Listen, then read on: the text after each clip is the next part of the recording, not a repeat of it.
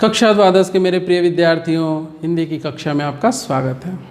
पिछली कक्षा में हम लोग पढ़ रहे थे हमारा पाठ सिल्वर वेडिंग। आज हम लोग उसको आगे बढ़ाते हैं जहाँ से हमने समाप्त किया था। हम लोगों ने पिछली कक्षा में पढ़ा कि किस तरीके से दिन भर के शुष्क व्यवहार का यशोधर बाबू थोड़ी सी हंसी मजाक करते हुए निराकरण करते हैं और असिस्टेंट ग्रेड से आया हुआ चड्डा किस तरीके से उनके साथ धृष्टता से व्यवहार करता है।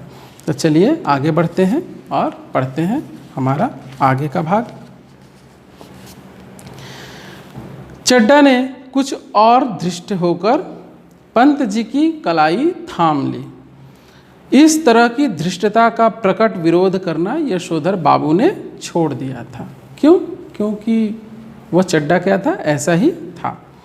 मन ही मन वह उस जमाने की याद करते कि जब दफ्तर में किशनदा को भाई नहीं साहब कहते और समझते थे कि ये जो आज का वातावरण है और जब हमारा समय था, यानी वो अपने ज़माने को याद कर रहे हैं जब वो दफ्तर में जूनियर थे और किशनदा उनके सीनियर थे।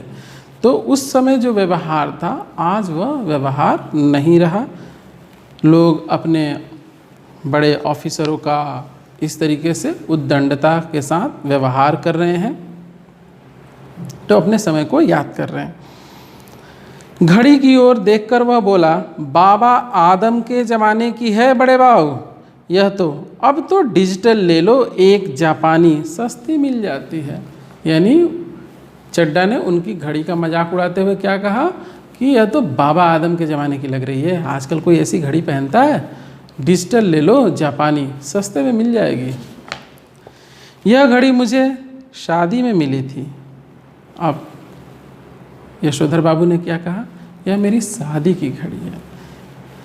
हम पुरानी चाल के हैं, हमारी घड़ी पुरानी चाल की है। अरे यही बहुत है कि अब तक राइट टाइम चल रही है। कैसी रही? यानी नहले पे दहला मारा उन्होंने कि भले ही पुरानी हो लेकिन घड़ी टाइम सही बताती है, और यह घड़ी भले ही पुरानी हो लेकिन मेरी शादी की यादगार है। इस तरह से नहले पर दहला जवाब देते हुए एक हाथ आगे बढ़ा देने की परंपरा थी। रेमजे स्कूल अल्मोड़ा में, जहाँ से कभी यशोधर बाबू ने मैट्रिक की परीक्षा पास की थी, इस तरह से आगे बढ़े हुए हाथ पर सुनने वाला बतौर दाद अपना हाथ मारा करता था और वक्ता श्रोता दोनों ठठाकर हाथ मिलाया करते थे। यानी यह एक परंपरा थी कि ये इस तरीके से दाद दी जाती थी। ऐसी ही परंपरा किशनदा के क्वार्टर में भी थी, जहां रोजी रोटी की तलाश में आए यशोधर पंत नामक एक मैट्रिक पास बालक को शरण मिली थी। कभी किशनदा कुंवारे थे और पहाड़ से आए हुए कितने ही लड़के ठीक ठिकाना होने से पहले उनके यहाँ रह जाते थे।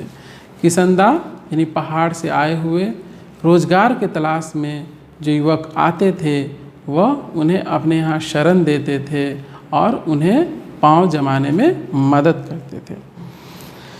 तो यशोधर बाबू भी ऐसे ही उनके यहाँ पे आसरा उनको मिला था।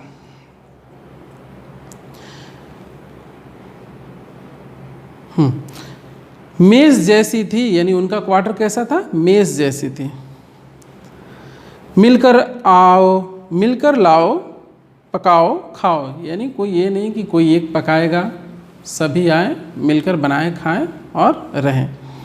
यशोधर बाबू जिस समय दिल्ली आए थे उनकी उम्र सरकारी नौकरी के लिए कम थी। यानी एक आयु होती है सरकारी नौकरी पाने की, तो उस समय यशोधर बाबू की आयु कम थी, जिसके चलते उन्हें उस समय सरकारी नौकरी नहीं मिली, तो वो यशोधर बाबू के यहाँ ही रहने लगे।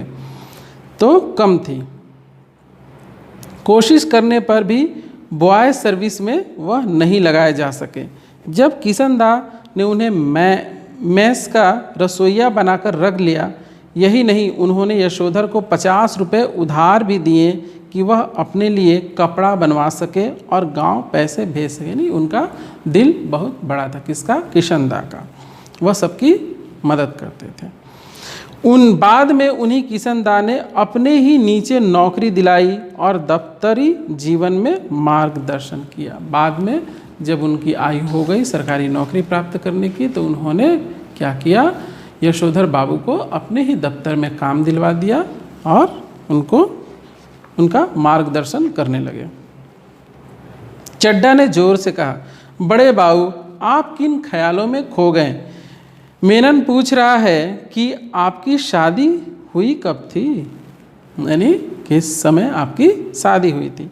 यशोधर बाबू ने शक पकाकर अपना बढ़ा हुआ हाथ वापस खींचा और मेनन से मुखातिब होकर बोले, now let me see, I was married on 6 February 1947। Menon ने फौरन हिसाब लगाया और चहककर बोला, many happy returns of the day sir, यानी आज ही आपका सिल्वर वेडिंग है। आज तो आपका सिल्वर वेडिंग है। शादी को पूरे 25 साल हो गए।